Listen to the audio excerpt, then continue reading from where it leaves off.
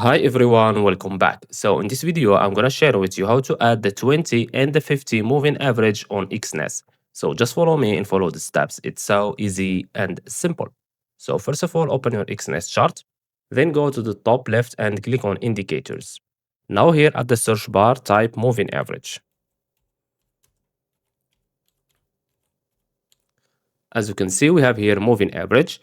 Click on it 2 times, like this. Now, we have here the moving averages. Go to the first one, click on these 3 dots and click on settings.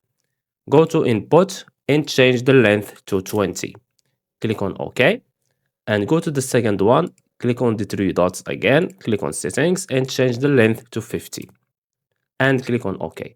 Now we have here the 20 and the 50 moving average. So let's say you don't like these colors. So I will change, for example, the 50 to, let's say, for example, white.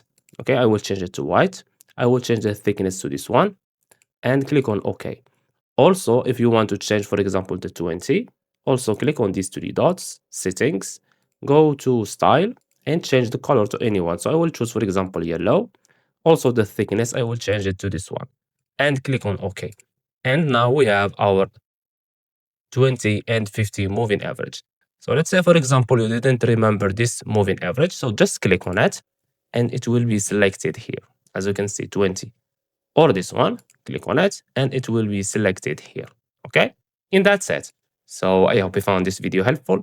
Don't forget to give us a like and subscribe. Thanks for watching and see you in the next one.